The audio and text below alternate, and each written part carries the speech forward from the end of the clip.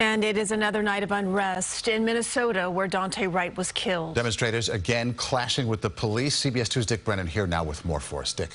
Maurice and Christine, both the police chief and the officer who fired the shot that killed Daunte Wright have resigned, but that hasn't stopped protesters who've decided to stay on the streets even though a curfew has just now gone into effect. Still another night of unrest in Brooklyn Center, Minnesota.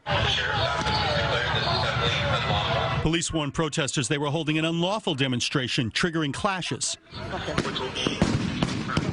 It was a third night of protests following the killing of Daunte Wright. They murdered my nephew.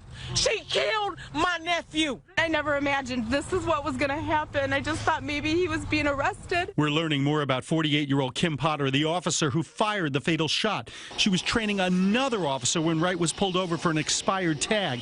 Wright began struggling when officers tried to cuff him.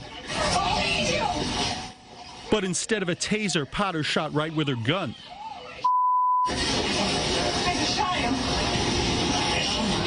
Potter is a 26-year veteran of the job, but has decided to resign, writing, "I've loved every minute of being a police officer and serving this community to the best of my ability."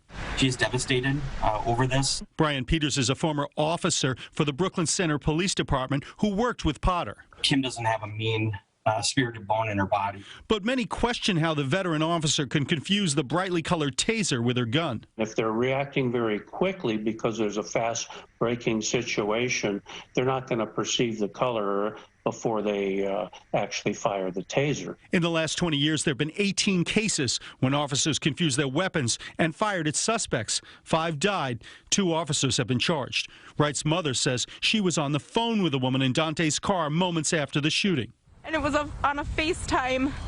And she said, she was crying and screaming, and she said that they shot him. And my son was laying there, unresponsive. My Lord. That was the last time that I seen my son. Right now, concrete barriers and fencing surround the home of Officer Potter. The local district attorney says he will decide by tomorrow whether he will file criminal charges against her. Christina Maurice. All right, Dick, thank you.